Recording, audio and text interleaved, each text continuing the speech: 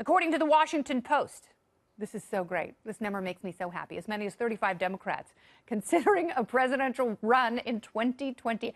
35! That's so many dozen, I can't even count that high.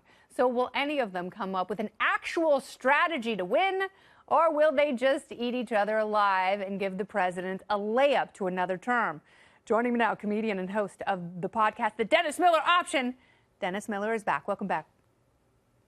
Hey, Kennedy, I would caution you not to use the word recipe when talking about female candidates, or they're going to come down on you for stereotypical accusations. Also, I would say it wasn't that narrow a win for Trump in the last... These broads. It wasn't that narrow a victory for him. I think that you need, and listen, I'm not a wonk on this, I think you need 270 seats in the Electoral College, and I think he got 330 something, and so it wasn't that narrow. No, but I know they're going to say it was narrow, but it wasn't. The states that he won, particularly in places like Florida, it was a very narrow margin. That means that those states with a lot of electoral votes could have gone either way, and they could have gone toward Hillary if she were a likable candidate who had done a better job campaigning. She didn't. She also didn't come up with the right rubric for beating the president, which is what these other candidates so far are already suffering from. They think they have to be President Trump. They think they have to be super negative in order to beat him, and that is just not the case. It's almost like that's where he wants them, because they get down in the mud and they get dirty, and he takes a shower at the Trump Hotel and emerges victorious. I think it's really a Hail Mary pass on their side now to beat him. I mean, you might talk about Florida, but I haven't seen anything in a year and a half that would drive Florida away from him. And I know there was a couple holdouts in the Rust Belt for him. I watch him with these laborers like tonight in Montana, ranchers, farmers, hard hats. I don't think he's estranging them. I really think that the left has done itself almost irreparable harm in the interim year and a half. They've way overplayed this. This is conch shell politics. They can play all these Pyrrhic games on Twitter. They can have all their little vernacular victories over him. He has the conch right now, and he's doing, in the eyes of many Americans, a pretty good job. And if I was somebody over there, I would say the only betting to an inside straight, if you want to use poker terminology, is I would be a little more conciliatory with him and then engage when it was time to engage in maybe a debate or something. I mean, you know what, though? But even that is a strategy. You're absolutely right. Because if they said every once in a while, you know what, good job. That's exactly how you do it on North Korea. And then if they selectively picked issues which allowed them to showcase their vision for an even better economy, that is a path to victory. But playing dirty and being insulting, that doesn't do it for people like Kirsten Gillibrand.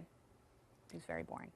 Doesn't it show them not to be as smart as we're always told they are? I mean, really, you think somebody over there would be savvy enough to be counterintuitive and come in off the side of his nose cone. They're not. And that tells me they're not as smart as they think. It's going to cost them in a weird way. If you look at it right now, I think he's going to nominate probably the Catholic mother. And then I'm not wishing anything quirky or ill about Ruth Bader Ginsburg. I don't know anything about her, but I do know just actuary tables dictate she's getting old. Brennan's getting old. I look at Trump. I think he probably will get 7 more years. I think when he splits the scene, I think it's probably going to be 7-2. And at that point, Kagan and Sotomayor might as well call Netflix and ask to redo Laverne and Shirley, because it is, at that point, Trump has left a Bobby Knight-like wake behind him. Listen, the only thing that I think... wake. No.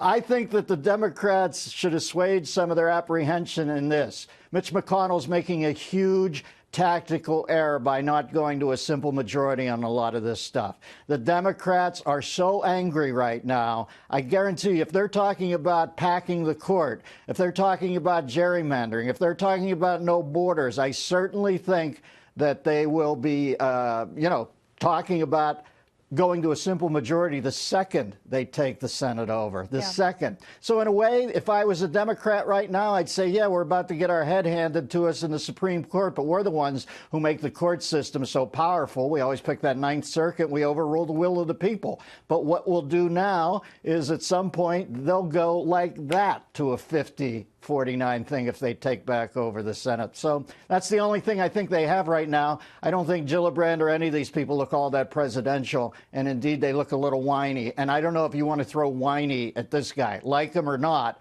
I don't think he looks whiny. I agree with you. And I have not seen one person so far come up with a strategy, because just attacking him isn't enough. And it's not enough for people who were so ill-served by both parties for so long. And there's still a great misunderstanding why swing voters in critical states, especially in the Midwest, decided to shift their loyalties for someone who is essentially untested, but who offered practical optimism, the likes of which establishment politicians have not been able to offer. Last word. Because Rust Belt guys are getting sick of being called stupid for busting their ass on 2 jobs a week to take care of people who just came here and haven't really got any skin in the game yet. They're getting sick of it. It doesn't make sense. I can't believe the party of the people, the Democrats, don't see that. I don't know what they've done to ostracize these people. They want to be in their camp. They can't anymore. They're trying to keep their head above water. That's right. And you got the bucket. Dennis Miller, thank you so much. Thank you, Kennedy. Have a nice summer. I'll see you in the fall. Beautiful.